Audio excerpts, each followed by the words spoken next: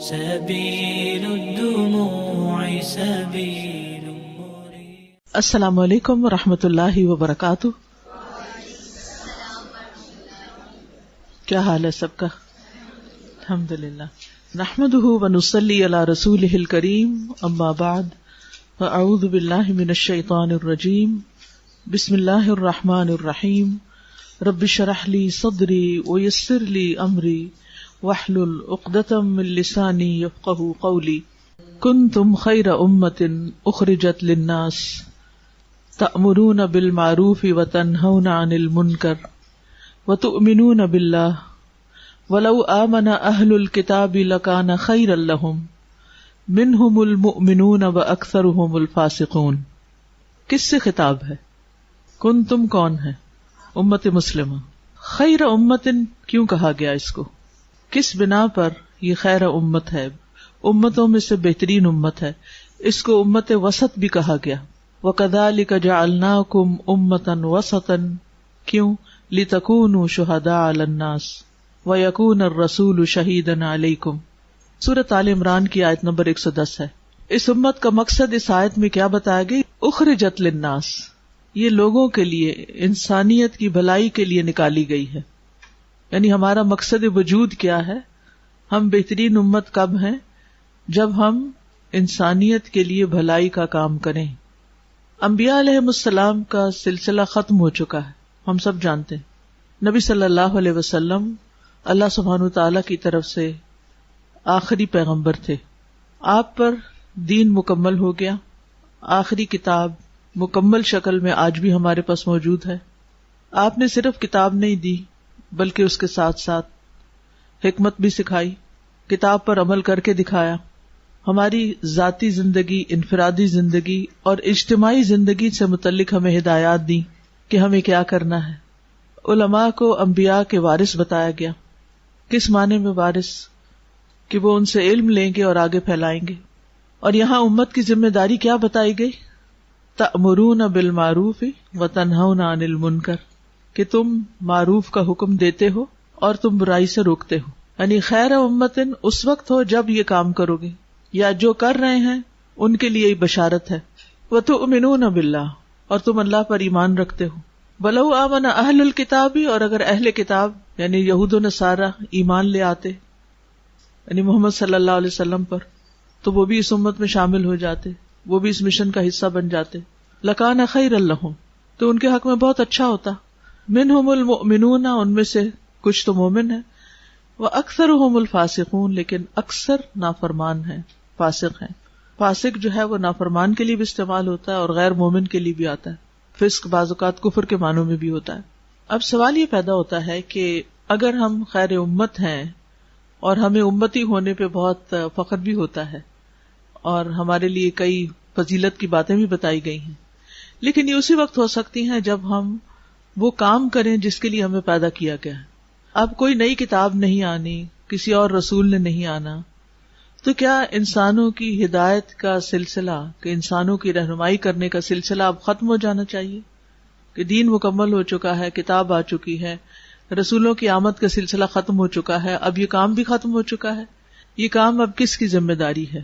اس امت کی ذمہ داری ہے. اس سے پہلے بنی اسرائیل کو یہ ذمہ داری دی گئی تھی. یا بنی اسرائیل اذکروا نعمتی التی انعمت علیکم وانی فضلتکم علی العالمین. انہیں اللہ تعالیٰ نے جہان والوں پر فضیلت دی تھی، لیکن انہوں نے وہ کام نہ کیا جس کا انہیں حکم دیا گیا تھا. اس کے بعد اللہ سبحانہ تعالیٰ نے بنی اسماعیل میں سے محمد صلی اللہ علیہ وسلم کو اٹھایا اور ان کے ساتھ بہترین لوگوں کو ان کا مددگار بنایا، یعنی صحابہ کرام. انہوں نے اپنی ذمہ داریاں نبھائیں. اس کے بعد تابعین آئے، تبع تابعین آئے، امت کے علماء آئے، فقہاء آئے، مفسرین آئے، محدثین آئے، اور ہر دور میں ایسے لوگ پیدا ہوتے رہے کہ جنہوں نے اس کام کو کیا. اور یہ یاد رکھیے کہ اس میں صرف مرد حضرات نہیں تھے، خواتین بھی شامل تھیں. محدثات کے نام سے سینکڑوں ہزاروں محدثات کی زندگی کے بارے میں اور ان کے کاموں کے بارے میں اس وقت تحقیق ہو چکی ہے. اور یہ سلسلہ ہم دیکھتے ہیں کہ ازواج مطہرات سے شروع ہوا، جنہیں یہ حکم دیا گیا کہ وَاذْكُرْنَ مَا يُتْلَى فِي بُيُوتِكُنَّ مِنْ آیَاتِ اللَّهِ وَالْحِکْمَةِ، کہ تمہارے گھروں میں اللہ کی آیات اور حکمت میں سے جو کچھ پڑھا جاتا ہے اس کا ذکر کرو، یعنی خود بھی اس کو پڑھو اور دوسروں کو بھی سکھاؤ. تو حضرت عائشہ رضی اللہ تعالی عنہا نے اس کام کو جس طریقے سے کیا وہ ہم سب جانتے ہیں کہ نبی صلی اللہ علیہ وسلم کی احادیث کو اور امت کو دین اور علم سکھانے میں ان کا کیا کردار رہا. وہ ان چند صحابہ میں سے ہیں جن کی روایات کی تعداد 2000 سے زیادہ ہے. پھر اسی طرح حضرت ام سلمہ کے فتاوی جو ہیں امام ابن قیم کہتے ہیں کہ وہ اتنے ہیں کہ ان کی ایک کتاب بن سکتی ہے. تو امہات المومنین اپنی کیپیسٹی میں یہ کام کرتی رہی. پھر اس کے بعد صحابیات جو ہیں وہ بھی اس کام میں شریک رہیں مختلف طریقوں سے. الحمدللہ اللہ سبحانہ تعالیٰ نے ہمیں بھی قرآن کا علم دیا، سنت کا علم دیا، ایک شعور دیا. ہماری بھی ذمہ داری بنتی ہے کہ ہم بھی اس قافلے میں شریک ہوں، کیونکہ یہ کام بہترین کام ہے. اور جہاں تک خواتین کا تعلق ہے تو ہم دیکھتے ہیں کہ سورۃ التوبہ میں ایک آیت آتی ہے والمؤمنون والمؤمنات بعضهم اولیاء بعض یأمرون بالمعروف وینہون عن المنکر. یعنی بعض اوقات لوگوں کا سوال یہ ہوتا ہے کہ یہ کام تو مردوں کا ہے، سارے انبیاء جو ہیں وہ مرد تھے. ٹھیک ہے، بنیادی ذمہ داری ان کی ہے، لیکن گھر کے اندر اپنے بچوں کی تعلیم و تربیت کی ذمہ داری کس کی ہے؟ اور پھر طلب العلم فریضۃ علی کل مسلم. مسلمہ کا لفظ نہیں آتا حدیث میں، کل مسلم میں مسلم مسلمہ سبھی شامل ہو جاتے ہیں، کیونکہ کیا خواتین مسلمان نہیں ہیں؟ خواتین بھی تو مسلمان ہیں نا. تو اس علم کا سیکھنا اور اس علم کو آگے پھیلانا، معاشرے کی اصلاح کا کام کرنا، اپنے بچوں کی تربیت کرنا، اپنے خاندان کی فکر کرنا، امت مسلمہ کی فکر کرنا، اور اس سے آگے بڑھ کر دنیا میں جتنے بھی انسان ہیں. کیونکہ یہاں جو فرمایا گیا کنتم خیر امۃ اخرجت للناس، للمومنین نہیں کہا گیا، للمسلمین نہیں کہا گیا، للناس کہا گیا کہ یہ ذمہ داری جو ہے وہ تمام انسانوں تک جانے کی. اسی لیے اس کام کو کرنے کے لیے اور منظم انداز سے کرنے کے لیے، آرگنائزڈ وے میں کرنے کے لیے الہدا کا قیام اور الہدا انٹرنیشنل کا لفظ بھی ساتھ اسی لیے لگایا گیا کہ یہ آرگنائزیشن یا یہ ادارہ جو ہے خیر کی بات سب تک پہنچائے گا، صرف پاکستان کی حد تک نہیں، صرف اپنے شہر کی حد تک نہیں، صرف اپنے گھر کی حد تک نہیں، جس کی جو بھی ریچ ہوگی وہ خیر کا پیغام آگے آگے پہنچائے گا. تو جو خواتین اس کام میں شریک ہوں ان کے بارے میں کیا حکم آتا ہے؟ آیت 71 ہے سورۃ توبہ کی، والمؤمنون والمؤمنات. یہاں مومن مردوں کے ساتھ الگ طور پر مومن عورتوں کا بھی ذکر آیا. بعضهم اولیاء بعض، یہ ایک دوسرے کے مددگار ہیں. کس کام میں؟ یأمرون بالمعروف وینہون عن المنکر، معروف کا حکم دینے میں اور منکر کو روکنے میں. اور کیا کرتے ہیں یہ؟ ویقیمون الصلاۃ، نماز قائم کرتے ہیں. ویؤتون الزکاۃ، زکوٰۃ ادا کرتے ہیں، یعنی جسمانی عبادات بھی اور مالی عبادات کا بھی اہتمام کرتے ہیں جو ان پر فرض ہیں. لیکن یہاں پر آپ ترتیب دیکھ رہے ہیں کہ پہلے کون سا کام بتایا گیا جو نماز اور زکوٰۃ سے بھی پہلے ذکر کر دیا گیا؟ امر بالمعروف اور نہی عن المنکر کا کام، اس کی اہمیت کے پیش نظر. وَيُطِيعُونَ اللَّهَ وَرَسُولَهُ، اور زندگی کے سارے معاملات میں اللہ اور اس کے رسول کی اطاعت کرتے ہیں. یہ مومن مردوں اور عورتوں کی تعریف کی گئی ہے. یہ ان کی ڈیفینیشن ہے کہ وہ کون ہے، ان کی پہچان کیا ہے، وہ کیا کیا کرتے ہیں. پھر ان کی جزا کیا ہے؟ اولئک سیرحمہم اللہ، یہی وہ لوگ ہیں جن پر اللہ ضرور رحم فرمائے گا. یہ اللہ کی رحمت کے مستحق ہے. گویا اپنی ذاتی عبادات کے علاوہ اس کام کا کرنا، لوگوں کو خیر کی تعلیم دینا اور پھر لوگوں کو برائی سے روکنا، یہ ایسا کام ہے کہ جس کے نتیجے میں اللہ کی رحمتیں آتی ہیں. ان اللہ عزیز حکیم، بے شک اللہ غالب حکمت والا ہے. وعد اللہ المؤمنین والمؤمنات جنات، ایسے مومنوں اور مومن عورتوں سے اللہ نے باغوں کا وعدہ کر رکھا ہے. تجری من تحتها الانہار، جن کے نیچے نہریں بہتی ہیں. خالدین فیہا، وہ اس میں ہمیشہ رہنے والے ہیں. ومساکن طیبۃ فی جنات عدن، اور عدن کے باغوں میں پاکیزہ گھر، پاکیزہ ٹھکانے. ورضوان من اللہ اکبر، اور اللہ کی رضامندی سب سے بڑھ کر. ذالک هو الفوز العظیم، یہ سب سے عظیم کامیابی ہے. لیکن یہ کامیابی کس کو ملتی ہے؟ جو دنیا سے کچھ کر کے جائیں، صرف اپنے لیے نہیں، اوروں کے لیے بھی. اپنے لیے تو سبھی جیتے ہیں، اپنی ذات، اپنا گھر، اپنے بچے، اپنا مفاد. لیکن اللہ کی رحمت کے مستحق وہ ہیں کہ جو اپنے علاوہ دوسروں کی بھی فکر کرتے ہیں. اسی طرح سورۃ آل عمران میں ایک اور آیت بھی آتی ہے، آیت نمبر 104. یہ اپنے پاس نوٹ کر لیجئے چیزیں، تاکہ جب دل ڈگمگانے لگے اور کام میں دلچسپی ختم ہونے لگے تو آپ کو یہ یاد رہے کہ آپ نے یہ کام شروع کیوں کیا تھا. 104 سے پہلے آپ دیکھیے، وَاعْتَصِمُوا بِحَبْلِ اللَّهِ جَمِيعًا وَلَا تَفَرَّقُوا، تم سب مل کر اللہ کی رسی کو مضبوطی سے تھام لو اور فرقہ فرقہ مت بنو. یعنی اجتماعیت کی دعوت دی گئی. اللہ کی رسی کیا ہے؟ قرآن، اللہ کا دین، یعنی اس میں اجتماعیت درکار ہے، مل جل کر کام کرنا. وَاذْكُرُوا نِعْمَتَ اللَّهِ عَلَيْكُمْ، اور تم پر جو اللہ کی نعمت ہے اس کو یاد کرو، اس کا ذکر کرو. اذ کنتم اعداء، جب تم باہم دشمن تھے. فألف بین قلوبکم، تو اس نے تمہارے دلوں میں الفت ڈال دی، یعنی آپس میں جڑ گئے دل دین کی محبت کی وجہ سے، اللہ کی خاطر. فاصبحتم بنعمتہ اخوانا، اور تم اس کی نعمت، اس کے فضل سے بھائی بھائی بن گئے. وکنتم علی شفا حفرۃ من النار، تم آگ کے گڑھے کے کنارے پر تھے. فانقذکم منہا، تو اس نے تم کو اس سے بچا لیا. کذالک یبین اللہ لکم آیاتہ لعلکم تہتدون، اللہ تعالیٰ اسی طرح تمہارے لیے آیات کو کھول کے بیان کرتا ہے تاکہ تم ہدایت پاؤ. وَلْتَكُمْ مِنْكُمْ أُمَّةٌ يَدْعُونَ إِلَى الْخَيْرِ وَيَأْمُرُونَ بِالْمَعْرُوفِ وَيَنْهَوْنَ عَنِ الْمُنْكَرِ وَأُولَئِكَ هُمُ الْمُفْلِحُونَ. تم میں ایک جماعت تو ضرور ایسی ہونی چاہیے، ویسے تو ساری امت کا فریضہ ہے، لیکن ایک ڈیڈیکیٹڈ جماعت اس کام کے لیے مختص ہونی چاہیے جو کیا کریں، یدعون الی الخیر، جو خیر کی طرف دعوت دیں، جو لوگوں کو دین کی طرف بلائیں. تو آپ کیا کر رہے ہیں؟ ابھی رمضان میں کیا کیا آپ نے؟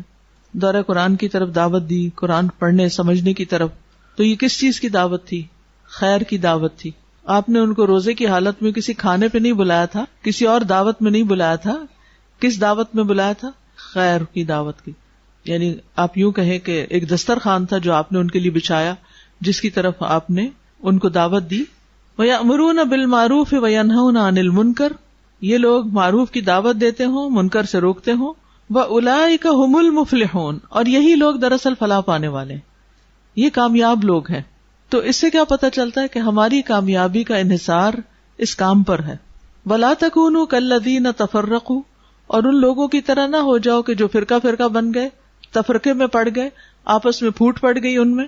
وَاخْتَلَفُوا مِن بَعْدِ مَا جَاءَهُمُ الْبَيِّنَاتُ، اور انہوں نے بینات، کھلی واضح روشن نشانیاں، دلائل آنے کے بعد اختلاف کیا. وَأُولَئِكَ لَهُمْ عَذَابٌ عَظِيمٌ، تو ایسے لوگوں کے لیے بہت بڑا عذاب ہے. یوم تبیض وجوہ، جس دن کچھ چہرے سفید ہوں گے، روشن ہوں گے. وتسود وجوہ، اور کچھ چہرے سیاہ ہوں گے.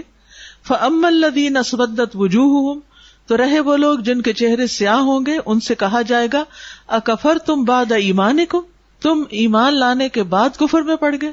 یعنی تمہیں ایمان کی دولت ملی، تم مسلمان تھے، تمہیں ساری نصیحت ملی، تمہیں قرآن ملا، اور اس کے بعد پھر تم نے تفرقہ بازی کی، آپس میں پھٹ پڑے.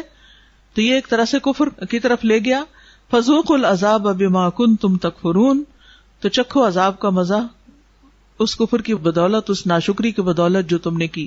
وَأَمَّا الَّذِينَ ابْيَضَّتْ وُجُوهُهُمْ فَفِي رَحْمَةِ اللَّهِ، رہے وہ لوگ جن کے چہرے سفید یعنی روشن ہوں گے، وہ اللہ کی رحمت میں ہوں گے، یعنی قیامت کے دن. ہم فیہا خالدون، اس میں وہ ہمیشہ رہنے والے ہیں. تلک آیات اللہ، یہ جو تمہیں سنائی جا رہی ہیں یہ اللہ کی آیات ہیں. نتلوہا علیک بالحق، ہم یہ آپ پر حق کے ساتھ پڑھ رہے ہیں.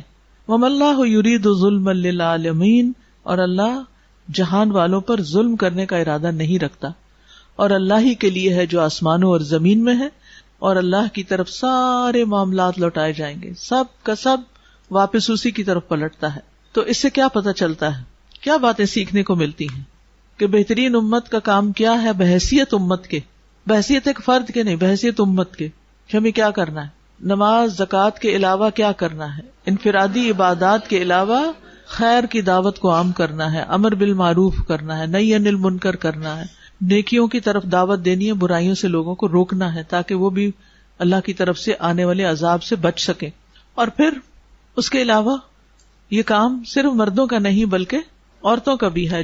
یہ دلائل آپ کے پاس ہونے چاہیے، ٹھیک ہے. اب کنتم خیر امت اخرجت للناس کا معنی یہ ہے کہ یہ امت پیدا ہی لوگوں کی خیرخواہی اور اصلاح کے لیے کی گئی، یعنی اس امت کو پیدا ہی کس لیے کیا گیا؟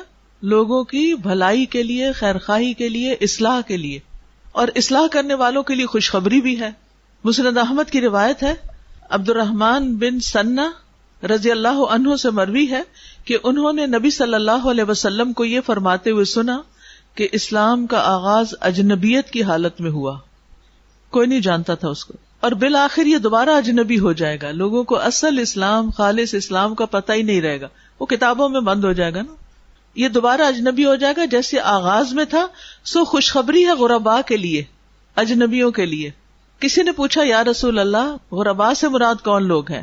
فرمایا، اب یہ دھیان سے سنیے اور اپنے پاس نوٹ کر لیجئے، جو لوگوں کے فساد پھیلانے کے زمانے میں اصلاح کا کام کرتے ہیں، یہ لوگ غرباء ہیں، اور یہی لوگ دراصل اصلاح کرنے والے ہیں. آپ جو کچھ بھی کر رہے ہیں، ماشاءاللہ اس وقت آپ سب موجود ہیں، چاہے آپ پڑھا رہے ہیں، چاہے آپ مینجمنٹ کا کام کر رہے ہیں، چاہے آپ جگہ تیار کر رہے ہیں، چاہے آپ اکاؤنٹس میں کام کر رہے ہیں، چاہے آپ HR میں کام کر رہے ہیں، تو کہیں بھی کام کریں. آپ ان پڑھ لوگوں کو پڑھا رہے ہیں، آپ پڑھے لکھے لوگوں کو پڑھا رہے ہیں، آپ اسٹوڈینٹس کو اسکولز میں، کالجز میں، گھروں میں، میڈس کو، کسی کو بھی، تو اس کا اصل مقصد کیا ہے، نیت کیا ہے، اس سے حاصل کیا کرنا چاہتے ہیں، اور اینڈ ریزلٹ کیا دیکھنا چاہتے ہیں. یعنی اپنی نیت، اپنے ارادے، اپنی سوچ کو بتائیے کہ آپ کیوں آئے، کیوں سٹاف بنے ہوئے ہیں، کیوں اس مشن کا حصہ ہیں، کیا مقصد ہے آپ کا، کیا نیت ہے، کیا ارادہ ہے، کیا چاہتے ہیں، کیوں، آخر کیوں. گھروں میں آرام سے نہیں بیٹھ سکتے، نماز روزہ کریں، آرام کریں، دن کو بھی سوئیں، رات کو بھی سوئیں، مزے کریں، صبح صبح اٹھ کے نکل جائیں، گھر کے کام جلدی جلدی میں ختم کریں، زندگی کو سادہ کر لیں، کیونکہ بہت کچھ اب ہو نہیں سکتا، کیونکہ اور بہت سے کام ہیں کرنے کے. کیوں وائے؟ اللہ کی رضا اور ابدی سکون کے لیے. کیا صرف سکون کی نیت کرنا جائز ہے کہ میں یہ کام کروں تاکہ مجھے سکون مل جائے، کیونکہ میں بے سکون ہوں تو میں کروں تاکہ سکون ملے؟ یہ ادھوری نیت ہے. اور جی، لوگوں کو اللہ کے ساتھ جوڑا جائے تاکہ ان کی دنیا اور آخرت سنور سکے اور خود اللہ کی رضا حاصل کی جائے. ٹھیک ہے، اپنے لیے اللہ کی رضا حاصل کی جائے، لوگوں کو بھی اللہ سے جوڑا جائے تاکہ ان کی دنیا کا بھی فائدہ ہو، دنیا میں بھی امن سے رہیں، اور آخرت میں بھی ان کے لیے کامیابی ہو، ان کی خیرخواہی ہو. برائی اتنی زیادہ پھیل گئی کہ اپنے گھر تک پہنچ گئی، تو اگر صفائی کرنا نہیں شروع کریں گے تو اب اس سے بھی زیادہ پھر اگلا. جی ہاں، یعنی برائی اتنی، فساد اتنا ہو گیا ہے کہ اگر اس کو روکیں گے نہیں، بند نہیں باندھیں گے تو وہ آپ کے گھروں تک داخل ہو چکا ہے. جب کوئی طوفان آتا ہے، سیلاب آتا ہے، اور آپ اس کو روکتے نہیں تو پھر آپ کے گھر میں بھی پانی آ جاتا ہے اور سب کچھ ڈبا دیتا ہے. ہماری زندگی کا مقصد ہے، یہ امت پیدا ہی اس لیے کی گئی ہے کیونکہ اب انبیاء نہیں آئیں گے تو ہم نے ہی ان کو بحیثیت امت کے یہ ہمارا مقصد ہے. ہماری زندگی کا مقصد پیدا ہی اس لیے کیے گئے. اللہ تعالیٰ چاہتا تو آپ کو بنی اسرائیل میں پیدا کر دیتا، پھر آپ کیا کرتے؟ جی، اگر آپ کو اللہ نے امت مسلمہ میں پیدا کیا، ایک مسلمان گھرانے میں پیدا کیا، تو پھر کچھ ذمہ داریاں بھی ہیں نا. جہاں پریویلیجز ہوتے ہیں وہاں کچھ ریسپانسبلٹیز بھی ہوتی ہیں. تو اگر ہم امتی ہونے، مسلمان ہونے کا شرف پا کے اپنے لیے جنت کو پکا سمجھیں اور پھر باقی لوگوں کی فکر ہی نہ کریں، وہ جائیں جہنم میں جہاں مرضی جائیں ہماری بلا سے، ہم تو مسلمان ہیں، کلمہ گو ہیں، ہم نے تو جانا ہی جنت میں آخر، تو اس لیے کسی اور کی فکر ہمارے سر تو نہ پڑے. سادہ دو یاد دہانیاں اور بھی ہیں نا، سورۃ التوبہ کی آیت 24، وہ تو جب میں پڑھتی ہوں ہل جاتی ہوں دوبارہ، کہ اگر تمہارے گھر، مال اور سب چیزیں تمہیں روکتی ہیں اللہ کے راستے میں جدوجہد سے، جو اس میں وعید ہے. اور پھر سورۃ العصر، والعصر ان الانسان لفی خسر، یہاں تو کامیابی کی بات کی گئی نا کہ یہ کام کرو گے تو کامیاب ہوگے، اور یہاں بتایا گیا کہ نہیں کرو گے تو ناکام ہوگے. ان الانسان لفی خسر الا الذین آمنوا وعملوا الصالحات وتواصوا بالحق وتواصوا بالصبر. حق کی وصیت بھی ایک دوسرے کو کرنی ہے، اور حق کے راستے میں مشکلات بھی بہت ہوتی ہیں، تو ایک دوسرے کو پکڑ کے بھی رکھنا ہے، تھام کے بھی رکھنا ہے، کیونکہ ایک دشمن باہر ہے شیطان کی شکل میں جو وسوسے ڈالتا ہے اور بدگمان کرتا ہے، اور ایک اندر ہے نفس جو انسان کو آرام طلبی پہ اکساتا ہے اور ذمہ داریاں قبول نہیں کرنے دیتا. استاذہ، اتنے عرب مسلمانوں میں سے اللہ رب العزت نے ہمیں چنا، اور اللہ تعالیٰ نے ہمیں اپنی کتاب کا علم دیا، اس کو سمجھنے کی توفیق عطا فرمائی، اور ہمیں یہ بتایا کہ ہمارا کام کیا ہے، امر بالمعروف نہی عن المنکر، اور ہمیں امت مسلمہ کو لوگوں کے لیے نکالا گیا. اب جب ہمیں یہ پتہ چل گیا اور علماء کے وارث بن گئے، تو اب یہ ہماری ذمہ داری ہے کہ ہم لوگوں کو بھی یہ خیر پہنچائیں تاکہ ہم بھی اور وہ بھی اکٹھے. اور نبی کریم صلی اللہ علیہ وسلم کا مشن تھا کہ سب لوگ ہدایت پہ آ جائیں. آپ صلی اللہ علیہ وسلم اپنی جان کو ہلاک کرتے تھے اس بارے میں سوچ سوچ کے. تو ہمیں بھی ان کے نقش قدم پہ چل کے اسی طرح لوگوں کی فکر کرنی ہے کہ سب جنت میں چلے جائیں. ہماری اکثریت کا حال یہ ہے کہ وہ اپنے ذاتی غموں میں مبتلا ہیں. وہ غم ان پہ چھائے ہوئے ہیں ان کے دلوں پر.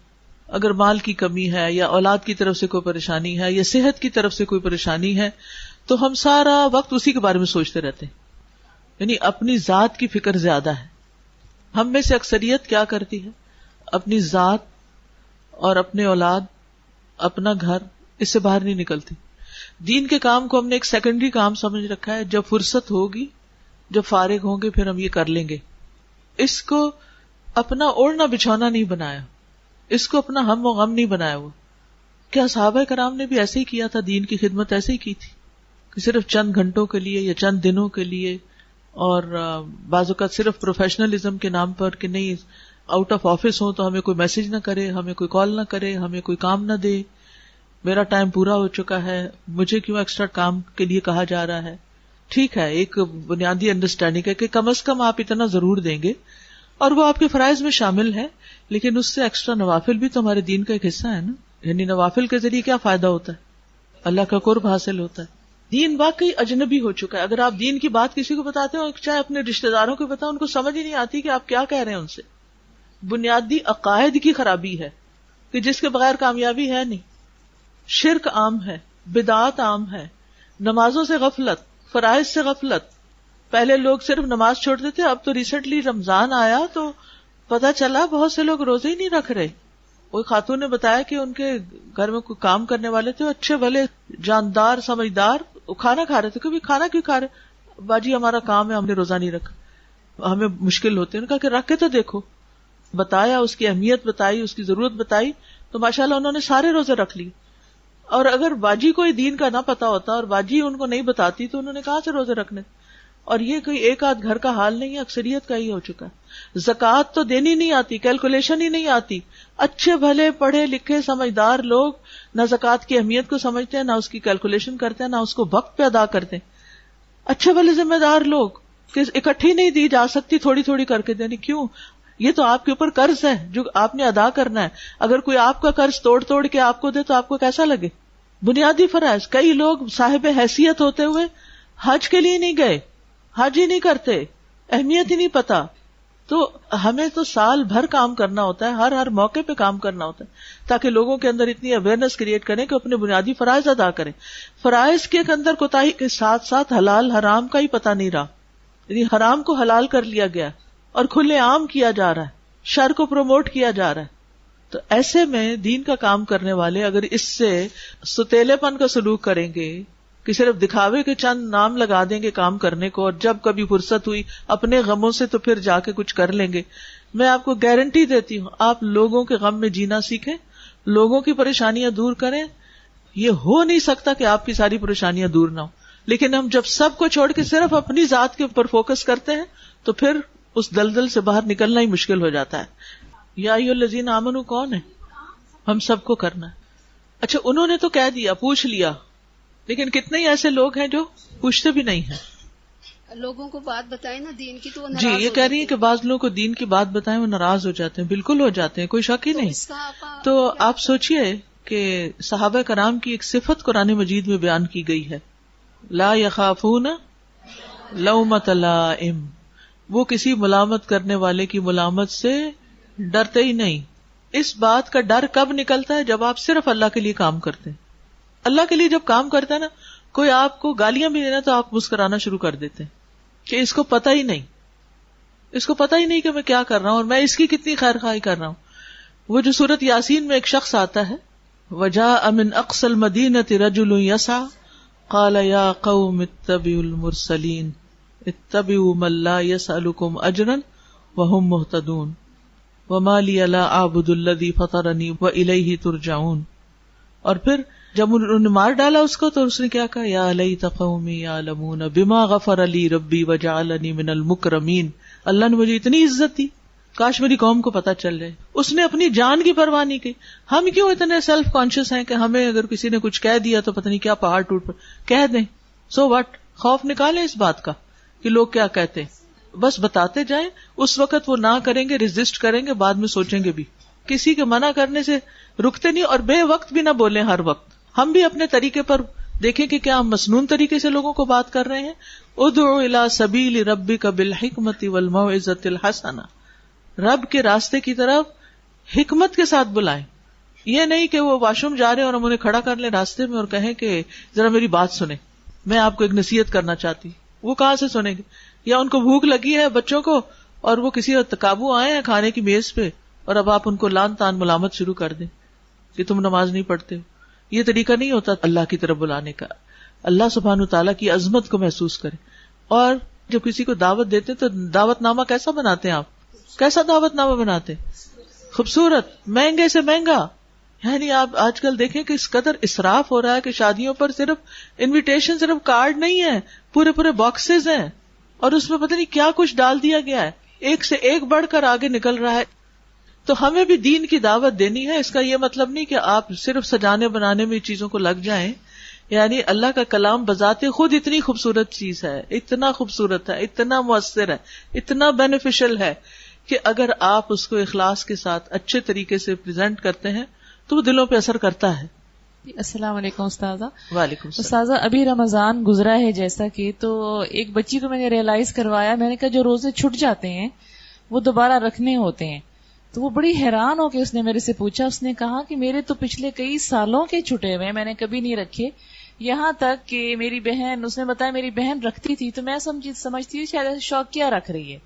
یعنی کہ فرض روزہ ہے, اس کی اہمیت کا بھی اندازہ نہیں ہے. آپ سوچئے نا کہ جس مسلمان قوم کا یہ حال ہو جائے, وہاں علم والے سوتے رہیں اور آرام کرتے رہیں اور کام کے صرف ٹائم ہی مقرر کر لیں اور اس سے آگے پیچھے نہ ہلیں, تو پھر کیا ہوگا؟ سازا دین کا احترام بھی ختم ہو گیا. ایک تو نا کہ اس پر عمل نہ کرنا. اس دفعہ میں گئی ہوں اتفاق سے لبرٹی, تو ہماری دن کے 3 بجے سر یہاں کوریڈور ہوتے ہیں, اس میں کولڈ کافی آئس کریم کھا رہی ہے. یعنی اس دفعہ اوپنلی چیزیں بازاروں میں بک رہی تھی کھانے کی. اور پھر جب ایک شخص حد توڑتا ہے تو دوسرا بھی اس کو دیکھا دیکھی, پھر حیا ہی ختم ہو جاتی. جب حیا نہ رہے تو جو چاہے کرو. اب میں چاہوں گی کہ چند باتیں آپ کی خدمت میں پیش کروں, صرف ریمائنڈر کے طور پر. سب کچھ پڑھا ہوا ہے آپ نے, لیکن اس کو تازہ کرنا اور یاد دہانی کرنا میرے لیے آپ کے لیے بہت ضروری ہے. سب سے پہلی چیز یہ کہ دین کی خدمت, اسلام کی خدمت کا تقاضا یہ ہے, اور دین کی خدمت کرنے والوں کی پہلی صفت یہ ہے کہ وہ یہ کام صرف اور صرف اللہ کے لیے کرتے ہیں, اللہ کو دکھانے کے لیے, نہ کہ لوگوں کو دکھانے کے لیے. اس کام کی درستگی کا انحصار ہی اس پر ہے کہ آپ یہ کیوں کر رہے ہیں. بار بار اپنے آپ کو کنگالتے رہیں.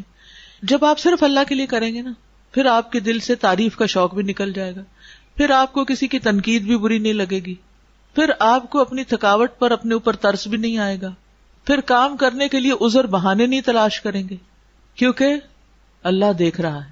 اللہ کو تو پتا ہے میں کہاں سے وقت نکال سکتی ہوں, میں کہاں کوتاہی کر رہی ہوں, میں کیا واقعی جینوئن عذر اور ریزن رکھتی ہوں کسی کام کے نہ کرنے کی, یا صرف سستی. تو یاد رکھیے, جیسی نیت ہوگی ویسا ہی بدلہ ملے گا. وہ حدیث ہے نا جو کہ بے شک اعمال کا دار و مدار نیتوں پر ہے. ہر انسان کے لیے وہی ہے جس کی اس نے نیت کی.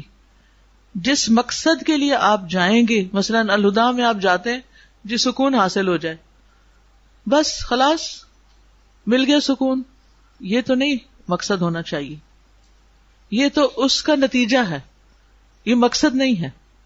اچھا, آپ اس لیے جاتے ہیں کہ وہاں آپ کی کچھ دوستیں ہیں جن کے ساتھ بیٹھ کے آپ گپ شپ لگاتے ہیں, ان کو دیکھ کے آپ خوش ہوتے ہیں.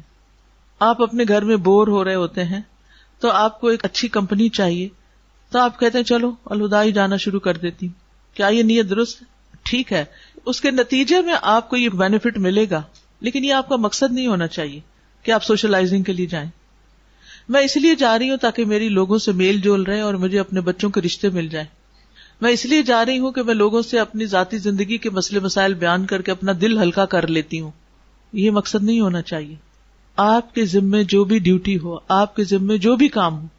دیکھیں, جب ہم ایک کشتی میں بیٹھ گئے نا, تو کوئی کشتی چلا رہا ہے اور کوئی آگے بیٹھا ہے, کوئی پیچھے بیٹھا ہے, کوئی اوپر والے منزل پہ بیٹھا ہے, کوئی کہیں ہے کوئی کہیں ہے, لیکن سب جا ایک ہی منزل کی طرف رہے ہیں.